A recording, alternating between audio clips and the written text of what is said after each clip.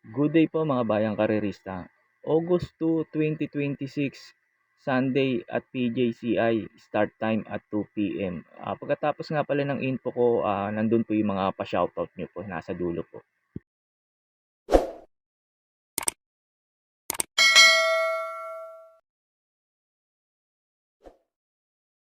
Start na po tayo, race number 1, start po ng first pick 6, races 1 to 6, distance 1,400 meters. Sa araw po ng Sunday, bali 8 races po tayo, kaya start po ng race number 1, first pick 6.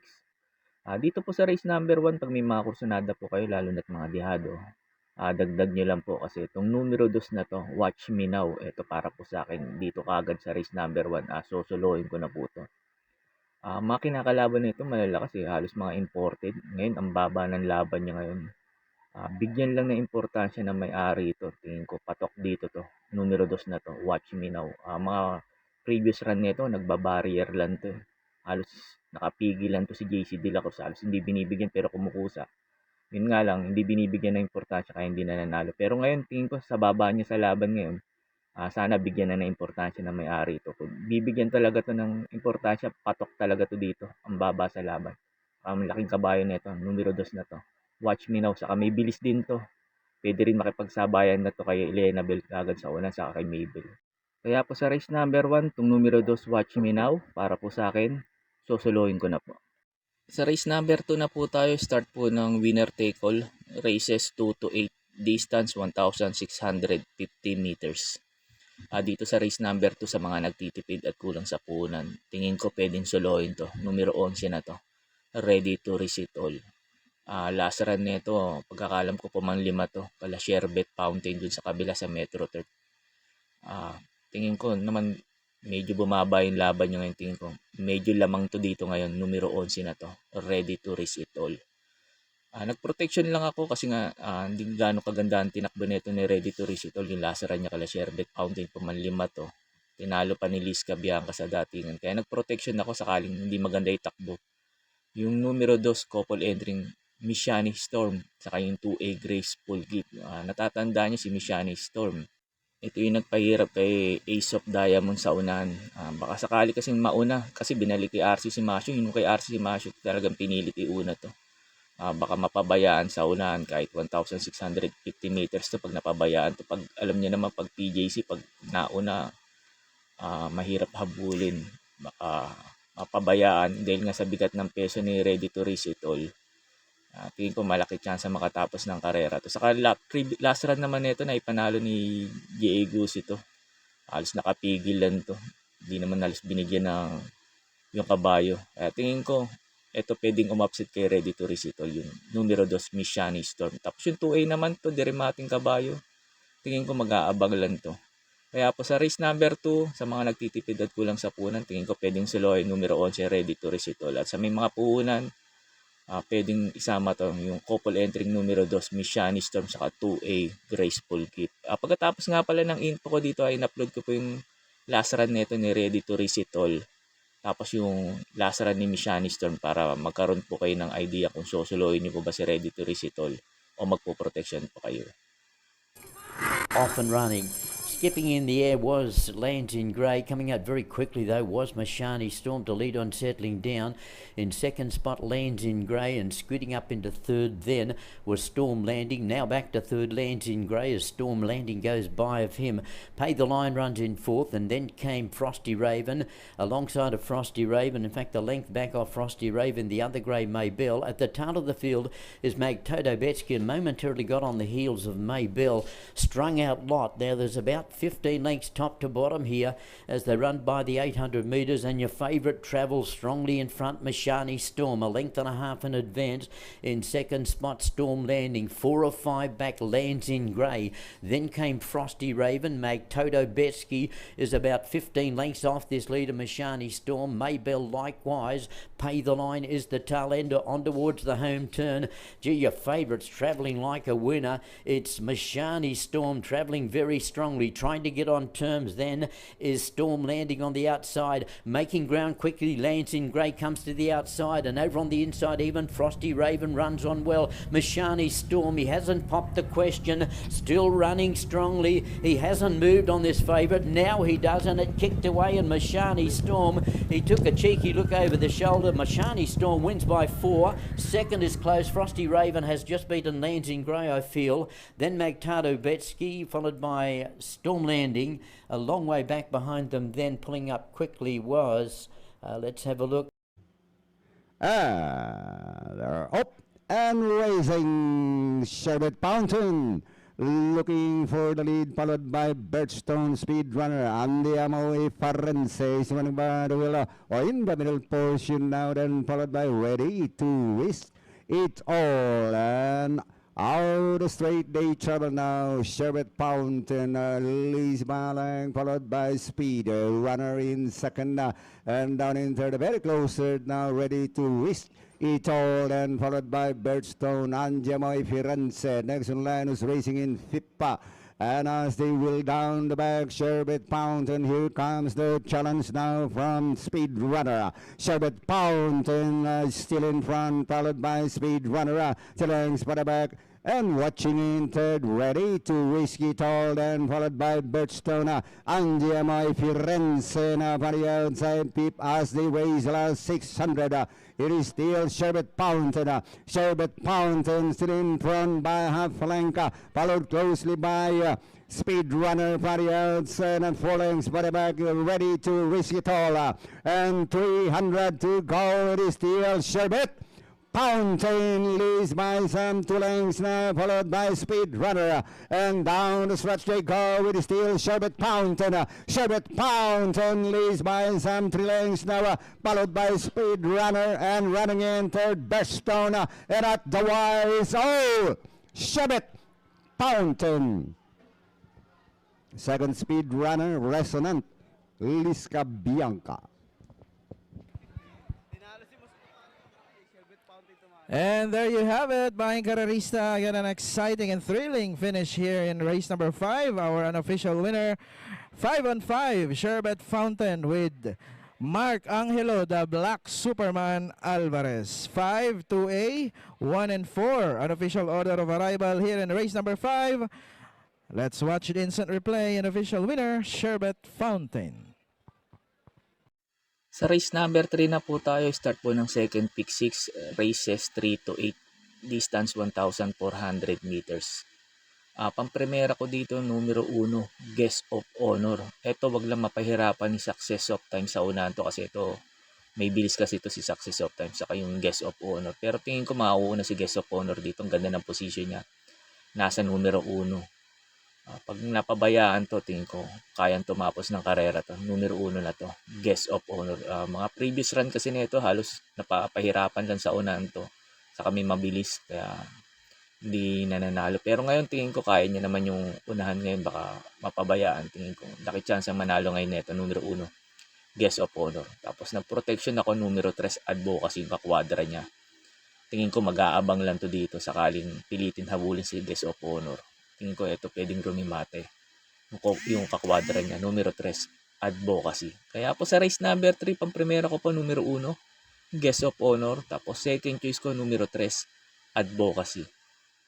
Sa race 4 na po tayo, start po ng pick 5, races 4 to 8, distance 1,400 meters. Dito po sa race number 4, pag may mga kursunada po kayo, lalo't dehado, dagdag nyo lang po. Kasi itong numero 2 na to, Queen Bell, ito para po sa akin dito sa race number 4. Susuluin ko na po to. Bumaba ng laban ngayon to, si Queen Bell. Matataas ang grupo nito, yung mga previous run nito. Tapos nag-barrieran to, ang ganda ng tinakbo, nasa 1.14.4. Halos nakapigilan si Kabayo, hindi naman binibigyan ni Hinete yung si Queen Bell. Kaya tingin ko dito, lamang dito to talaga. Numero 2 na to, Queen Bell. Para po sa akin to, patok dito to. Tingin ko naman kung hindi mauna to, o kaya namang isunod lang din to si Queen Bell, pero tingin ko baka wala nang paunahin to kasi nga baba sa laban nito ni Queen Bell. Pagkatapos nga pala ng info ko dito, in-upload ko po yung barrieran nito ni Queen Bell para magkaroon po kayo ng idea kung susuluhin nyo po ba o magpo-protection pa kayo. Kaya po sa race number 4, tong numero 2, Queen Bell, para po sa akin, susuluhin ko na po. Open Racing. It's a good start for all runners. It's a good start for Queen Bell racing on the outside, his staff customer. Right behind in third by another 2 lengths, and closing in now we see Motozan a long way back to Red Bell by some 7 to 8 lengths off the leader. Past the half-mile pole, it's Queen Bell. It still dictates the pace by about ahead, and being hounded now by Motozan takes the top spot. Then so was Tough Customer still in second spot and remains in fourth position is Red Bell around the far third in a very tight competition between Tough Customer and Imoto-san running beside the rail, and they're last 400 meters more to run, and it's still Tough Customer by half a length now from Imoto-san, still in second, and still in third position is Queen Bell, and Red Bell is still last of all. They're off the stretch, is still in a one-on-one situation between Imoto-san and Tough Customer. Tough Customer has a clear path now by 2 lengths from Imoto-san, trying to chase back his Queen Bell. Red Bell still in fourth. It's all Tough Customer wins the body race, beating Imoto-san. Queen Bell was third last across the finish line. Red Bell through all the way.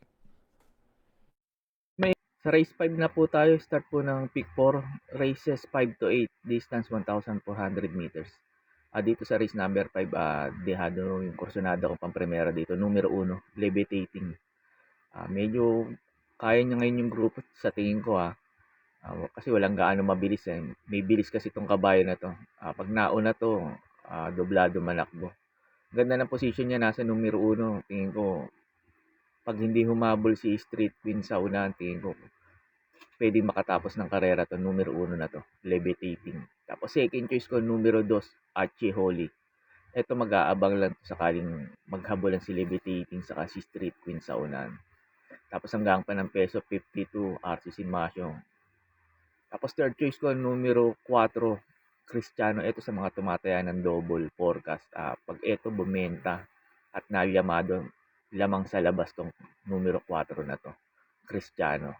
Kaya po sa race number 5, pampremera ko, numero 1, Levitating. Tapos second choice ko, numero 2, Archie Holly. Tapos third choice ko, numero 4, Cristiano. Sa race 6 na po tayo sa last DD plus 1, distance 1,400 meters. Pampremera ko dito, numero 7, Amazing. Ito, gusto ko position niya, last to enter. Tingin ko maganda isasalida ngayon nito. Tingin ko makikipagsabayan na kagad to sa unahan. Pag maganda sinalida nito, tingin ko laki ng chance nito manalo ngayon. Numero 7, Amazing. Tapos second choice ko, numero 3, Justice Please. Ito, maayos na hinete na. Tapos Buenas pa. Last run kasi, mga previous run nito, ang bigat ng hinete na yun, si Miles Bakal, Pilapil, may dalang bakal, kaya hirap na hirap yung kabayo. Pero ngayon, JL Lazaro, saka tingin ko, maganda itatakbo ngayon nito. Baka mauna pa nga to kasi alam ko may bilis tong numero 3 na to. Justice Please, baka mapabayaan sa unan. Malaki chance ang makatapos ng karera. Numero 3, Justice Please. Tapos third choice ko, numero 2, Party for Us. Ito, tingin ko baka mag-aumento to kasi second official run niya. Itong numero 2 na to, Party for Us. Kaya tingin ko may panalo rin to dito. Numero 2 na to, Party for Us. Kaya po sa race number 6, pampremera ko, numero 7, Amazing. Tapos second choice ko, numero 3, Justice Please. Tapos third choice ko, numero 2, Party for Us. Sa race number 7 na po tayo sa last double, distance 1,400 meters. Ito sa mga nagtitipid at kulang sa punan, tingin ko pwedeng suluhin to numero 3 na to, Margo. Basta bigyan lang ng importansya na may-ari ito. Sa mga tumataya ng double forecast, pag ito nalyamado, tingin ko pwede na nyo nang suluhin to numero 3 na to, Margo. Tingin ko kaya nyo yung laban, baka mauna pa nga to Pag laban to, baka wala nang paunahin to, numero 3 na to, Margo. Tapos nag-protection lang ako, numero 5, Red Soul. Sakaling hindi bigyan ng importansya yung numero 3, Margo, eto pwedeng umapsit sa kanya, numero 5, Red Soul. Tingin ko mag-aabang lang to.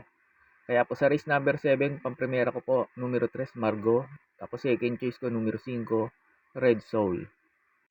Sa last race na po tayo, sa race number 8, bago nga pala ako magbigay ng info ko dito, makikiusap ulit po sana ako sa inyo na sana po mag-subscribe po kayo sa YouTube channel ko at pakitap na rin po yung notification bell para updated kayo tuwing mag-upload ako ng mga infos at videos ko po dito. Arnel Racing Tips, maraming salamat po. Sa last race na po tayo sa race number 8 sa last forecast, distance 1,400 meters. Dito sa paratingan ng winner take all, pick 6, pick 5, pick 4, DD plus 1. Pag may mga puhunan kayo dito, magdagdag po kayo dito kasi alam niyo naman pag paratingan, minsan nagkakalokohan. Kaya pag may mga kursunada kayo lalo't dihado, dagdag niyo lang po. Pampremera ko dito, numero 9, Isla Puting Bato. Ito gustong-gusto ko position niya nasa last to enter.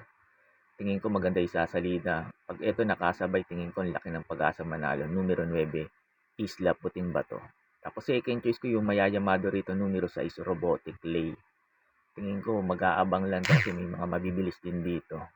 Tapos third choice ko yung couple entry numero 1, Cuthbert, saka 1A911. Kaya po sa last race, sa race number 8, pang-primera ko po numero 9, Isla Puting Bato.